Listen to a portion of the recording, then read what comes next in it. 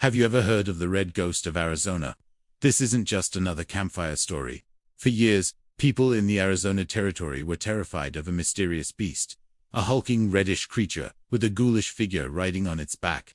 This legend began in the late 1800s, a time when the Wild West was still truly wild, and stories of strange creatures roamed as freely as the tumbleweeds. The first documented sighting was in 1883, near the Eagle Creek area.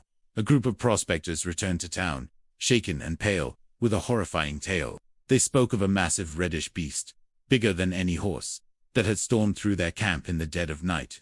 It trampled their supplies, destroyed their tents, and left behind enormous, cloven hoofprints, unlike anything they had ever seen. But the most chilling detail was what they claimed to see on its back, a skeletal, white figure, seemingly fused to the creature, its empty eye sockets staring out into the darkness. Soon, similar stories began to surface all across the territory. Ranchers reported their livestock being scattered and sometimes even killed by a powerful, unseen force. Travelers spoke of a strange, reddish blur moving at impossible speeds across the desert plains. The creature was always described the same way, a massive red-hued beast with a ghostly rider. The locals, terrified, started calling it the Red Ghost. The mystery deepened when a woman living alone in a cabin on the Verde River was found dead. Her cabin had been completely destroyed, its walls torn down as if by a battering ram. The ground outside was covered in those same strange, cloven hoofprints.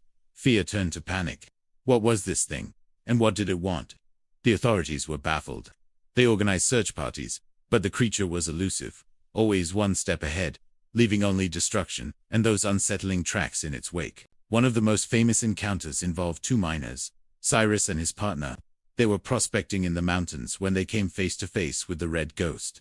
They described a colossal beast, its coat the color of dried blood, and on its back, a horrifying skeletal figure that seemed to rattle with every step the creature took. The miners fired their rifles, but the bullets seemed to have no effect. The beast let out a terrifying shriek and charged, forcing them to flee for their lives. They barely escaped, leaving all their equipment behind. When they returned later with a posse, their camp was annihilated, and the ghostly rider had seemingly vanished. But what was this creature? Many theories floated around. Some believed it was a demon sent from the underworld, a supernatural entity haunting the Arizona desert. Others, more practical, thought it might be a new, undiscovered species of animal. A few even whispered it was a mutated camel, perhaps one that had escaped from a military experiment. The U.S. Army had indeed experimented with using camels in the desert Southwest before the Civil War. But what could explain the ghostly rider? The reign of terror continued. Another tragic story tells of a lone prospector who disappeared near the San Francisco River. A search party found his camp ransacked. Not far from the site, they found the man's body. He had been trampled to death. The ground around him was littered with those now infamous giant, cloven hoofprints. The community was on edge, and a substantial bounty was placed on the Red Ghost's head. Everyone wanted this monster stopped. For years, the beast roamed free, a phantom of the desert. It would appear, cause chaos, and then vanish without a trace for months at a time. Every new sighting brought fresh waves of fear. It became a boogeyman for the Arizona frontier, a story told to scare children and unnerve even the most hardened cowboys. The truth, when it was finally revealed, was almost as strange as the legend itself. A rancher named Mizu Hastings was out checking on his cattle when he spotted a large, reddish animal grazing in a meadow. He recognized it immediately from the descriptions. The Red Ghost. He raised his rifle, took careful aim, and fired. The creature stumbled and fell. As Hastings approached the fallen beast, he made a shocking discovery. The creature was, in fact, a camel, a very large and wild one. But the real surprise was the ghostly rider. Strapped tightly to the camel's back was a human skull, bleached white by the sun. It was lashed on with leather straps, so old and worn that they had fused with the camel's hide, creating the illusion of a skeletal rider permanently attached to the beast. The story began to piece itself together. This camel was likely one of the descendants of those brought by the U.S. Army.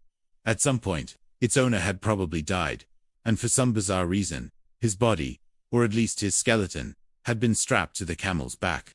Over time, the elements wore the body away, leaving only the skull and the tattered remains of the straps. The camel, driven mad by the constant, agonizing weight and the chafing of the leather, had become a wild, tormented creature. The destruction it caused wasn't malicious. It was the desperate thrashing of an animal in pain, trying to free itself from its gruesome burden. The cloven hoofprints were simply the tracks of a camel. For those unfamiliar with the animal, they would have looked monstrous and alien in the Arizona soil. The reddish color was likely just its natural coat, covered in the red dust of the desert. The legend of the red ghost of Arizona is a perfect example of how fear and the unknown can shape our perception of reality. A tormented animal became a demonic monster. A tragic accident became a supernatural haunting. The story serves as a fascinating glimpse into the folklore of the American West, a time when the line between fact and fiction was often blurred by the vast, mysterious landscape. The red ghost was not a phantom, but its story will continue to haunt the deserts of Arizona forever. Thanks for watching, and be sure to subscribe for more strange tales from history.